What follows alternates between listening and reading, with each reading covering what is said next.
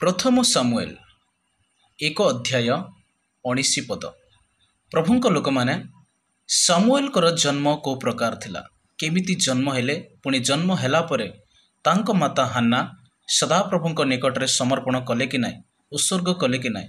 आसंतो एही विषय रे आमे माने एही वीडियो रे सदाप्रभुंकर वाक्य आमे आलोचना करिबा।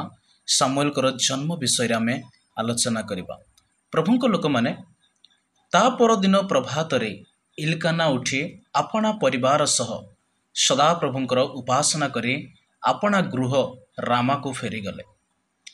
तापरे इल्काना अपना स्त्री हान्ना सहित सहवास कला एवं सदाप्रभु हान्ना को स्मरण कले। एहापरे सही समय रे परवर्ष हाना पुत्र प्रवेश कला, कारण मु सदाप्रभु को मागिथिली, से ताहार नाम सामुएल डाकिला।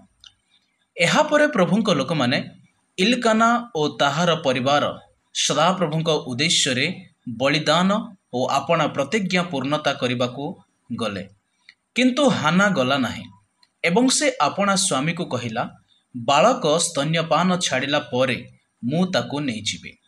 तापरे से सदाप्रभुंकर साक्षात रे उपस्थित हेबो ओ सेठारे सर्वदा रहिबो।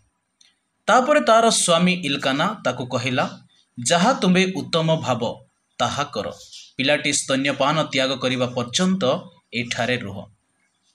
सदाप्रभु तांकर वाक्य पूर्ण करंतु। तेणु सही स्त्री अपना पुत्र को स्तन्यपान त्याग करिबा पर्यंत गृहरे रहिला ओ पिलार देखा चाह कला। प्रभुंक लोक माने एहा परे कौन हेइथिबो जानंतु। से ताहाकू स्तन्यपान त्याग कराइला ओ 3 कबस ओ 1 ओफा मैदा ओ 1 बोतल द्राक्षारस ता सहित पिलाटी को श्री लस्तिस्थ सदाप्रभुंक गृह को आनिला। सेतेबेले बालकटी छोट थिला।